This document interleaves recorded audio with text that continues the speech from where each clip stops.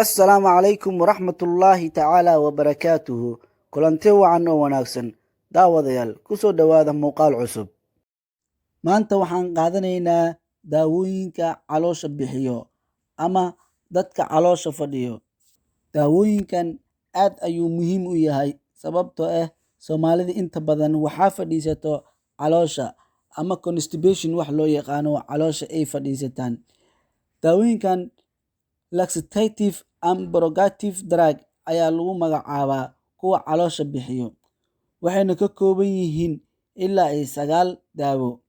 Kow waxaan qaadanaynaa Malxin, waa daawo ka mid ah ayadana daawooyinka loo isticmaalo in ay caloosha bixiyaan ama fadhiga ay ka yareeyaan si ay caloosha u socoto. Agrol waa daawo ka mid ah daawooyinka ayagana loo isticmaalo in ay caloosha ay ka bixiyaan fadhiga ama meesha caloosha ka xiran tahay si ay u furto ama ay u gudubto wixii wasakh ah si ay ugu sii gudbaan qaybta saxarada ah. Ulax waa daawo ka mid ah ayadana daawooyinka loo isticmaalo in ay yareeyaan calool bixiyaha. Dulax waa daawo ka mid ah ayadana daawooyinka loo isticmaalo in ay aad u yareeyaan caloosha ay fadhiso qofka. Grip water aad u taqaanaan ama grip mixture waa daawo malqariib ah oo carruurta la siiyo ama dadka waaweyn si ay caloosha u socoto ama xanuunka ugu yareyso bakteeriyada ku kacday. Daawada kaleeto Semtolix waa daawo ka mid ah ayadana daawooyinka loo isticmaalo in ay caloosha ka bixiso wasakhda. Daawadan Lactulose waa mid aad caan u ah sababtoo ah Soomaalida aad ay u isticmaalaan markay caloosha fadhiso si ay caloosha u socodsiiyaan. Midda kaleeto ku darso ayadoo muhiim u tahay in qofka markuu baabasiir qabo daawadan haddii caloosha ay fadhiso in uu daawadan ku socodsiin karo.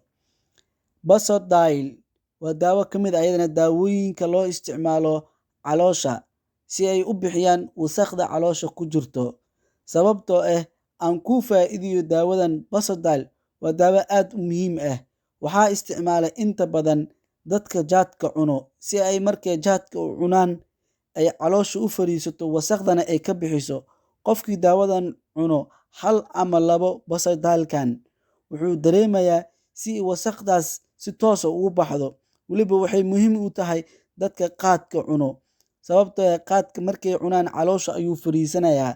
Hadduu daawadan cuno waxaa ka imaanaya wixii wasakh oo cunay wuuna ka sii daaynayaa gadaal ayadoo shuban ah. Daawada u dambeyso waa Normalax, waa daawo aad muhiim u ah ayadana. Waxaa loo isticmaalaa in ay caloosha wasakhda ka bixiso. Halkan ayaan ku soo koobaynaa cashirkeennii ee caloosha bixiya daawooyinka aan ku qaadanay. Wabillaahi towfiiq. Is aragti dambe oo xiiso leh. Wassalaamu calaykum waraxmatullaahi wabarakaatuhu.